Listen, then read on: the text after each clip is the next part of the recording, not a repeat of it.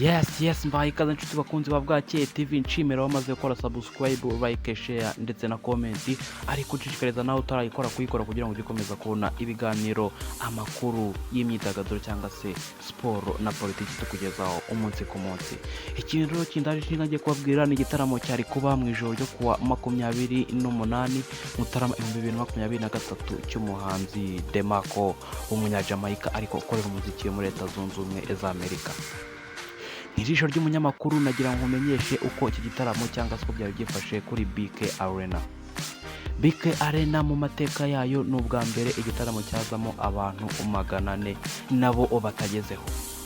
Nibyo wabyumvise neza, abantu 400 cyangwa se nabo batagezeho nibo bari mu gitaramo ku isaha y'isayine. Ubwo nari mpageze nasanze abantu batageze no muri 300, ariko ko amasaha yiyongera abantu baje kugera muri arena, ariko umubare bigaragara ko wari muto cyane muri arena, dore ko VIP harimo abantu bagera nko ku 10, ariko muri rege harimo abantu byibura nka 300 gutyo, bigaragara ko ubwitabire bw'itamo ubwari hasi cyane.